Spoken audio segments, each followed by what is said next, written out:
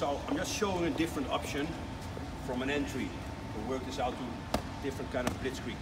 So the idea is this: from now, instead of having this fence, what I really like, I'm going to give you another option. Especially when I work the doors, sometimes I feel a little bit clumsy, I feel too much talking Italian. People start to notice this and they think I'm nervous.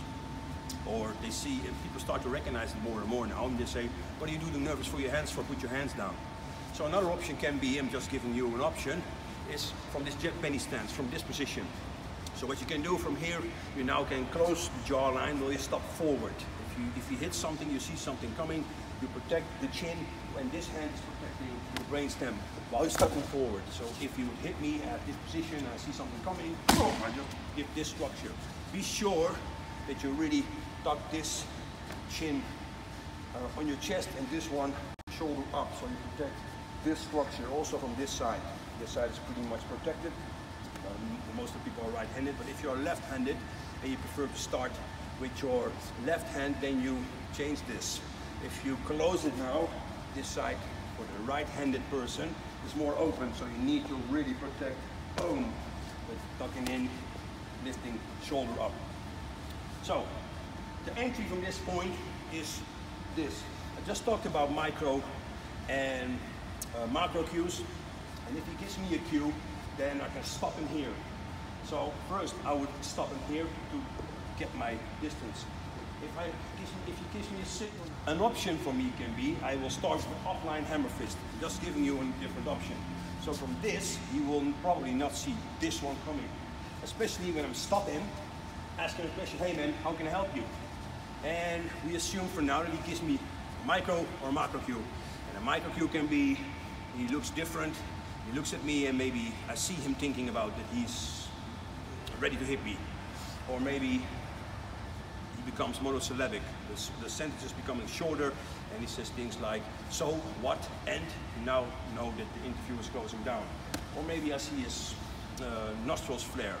Or maybe he's touching his nose, hide some intention, or maybe he's sniffing his nose. Just small micro cues. A macro cue can be he's shifting weight. He can do it like this, or he can do it really sneaky. Yes, another thing can be if he shows you hand obscurement, or he's looking around for CCTV and witnesses, and now he probably will attack you. So I'm telling you, do not wait for this. Be the first protection. So this is from the idea I stopped him, and now he gives me a signal. And now from this, we come back from the hammer. Give a strong, short hammer from here. Boom. If you place this, you stop him here and you ask him a question and he's engaging his brain. As soon as he opens his mouth, boom, you come back like this. This is just an option. So it looks something like this. Stop him here, and can I help you? From here. So again, we stop him and he presents me a cue, maybe he's doing something. Boom. This is how I start. Later on, we're gonna follow up, because this can be, boom, a knockout. If it's a knockout, you will go to the floor. From here, we say, hey, how can I help you, man? This can be enough, especially when the jaw is loose, he starts to talk, and you get it, the money shot, he probably will go down. If it's not going down, there's two possible ways he gives me a transition. I stop him here, and I boom, give him here, it gives me this transition. An option from here is, now I will directly give him an incidental strike in the neck. And now we're going to use the principle of high-low. So this is a strike, boom, in the neck. Now when I'm pulling back, I create another incidental strike while I'm kneeing his groin. I knee his groin not like this, but I walk violently. So what I'm doing, he's already lateral, so I can go forward right now. I make this structure, he's presenting me a groin structure, realistic groin structure. So from here, I just take his balance, boom. So keep my feet here. I take his balance now snatch him on the floor, and this can be enough. Boom, now I move up the X. Another transition he can give me is while I have this structure, and I stopped him here, and he goes back instead of lateral. Let's say I skip. Oh, boom, well, it just gives me this energy. There's now need for a different transition. So what he's going to do right now, he's present me the side pad, and he presents me a pad like this structure. So what he's presenting now, frontal face, jawline. So the pad feeder presents me this in the middle, just to try out, but this works for now fine. He looks next to the pads, otherwise he will eat the shot. So what I'm doing right now, from this I stop him, and now he gives me the transition back. I start boom with this.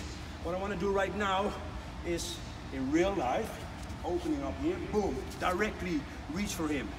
His hand should be in the face. What I'm doing now, I'm taking his vision, obscuring his vision, but also change his physiology. He's now predatory, nose over toes. When I put my hand in his face, his head is over heel, this is prey. So I instantly change dynamic. So from this position, stop him, and I come with the short back fist, boom, from here. He gives me this position now, and I will follow up from here. Now, this hand in the face goes to an attachment. Now you can follow up how you want. In this case, 2 big hammers. To beat him down. If he's still not down, I will now go to the elbow, grab him again, knee, snatch. In this case, he already went down. So, if it's a really strong dude, and I started with this and he just spikes back a little, something looks like this. First to build it up slow, from here. I will make this structure, and I now choose to be preemptive. Boom, from here. This hand goes in the face. I will directly change this hand in the face to an attachment. Hammer, hammer, elbow. Now it presents me a low target because he's presenting a strong dude. I will grab him ballistically, knee in the groin twice, snatch him, and move off the X. This is how you can build up a drill. This position, you give him, boom, grab him, knee, snatch. This is how easy it can be. When it's a strong dude, you present this pad from here, boom. So you get boom, boom, boom, boom.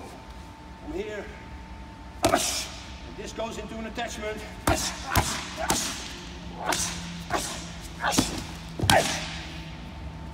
Yes. So from here, I start with the first offline strike. From here, boom, boom, boom, boom.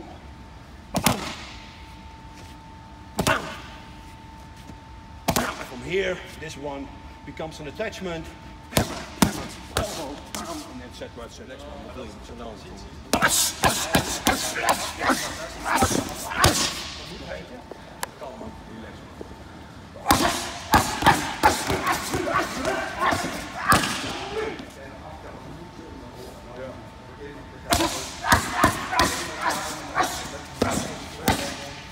right now, I just showed you a way of Blitzkrieg. So people talk about Blitzkrieg, it's the hammer, oh sorry, it's the palm, hammer, hammer, elbow, knee, snatch, but it's not the Blitzkrieg. Blitzkrieg is the principle.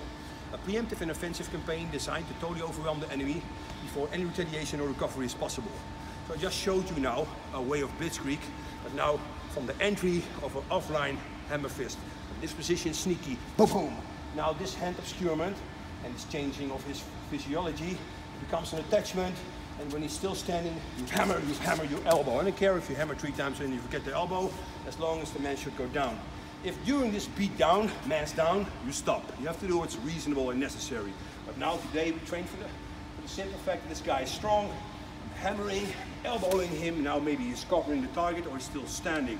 Now we need to find a different principle, the principle of high-low. So now grab him high, knee him in the groin, snatch him on the floor to take his balance, and now striking maybe when it's necessary, and then I move off the X.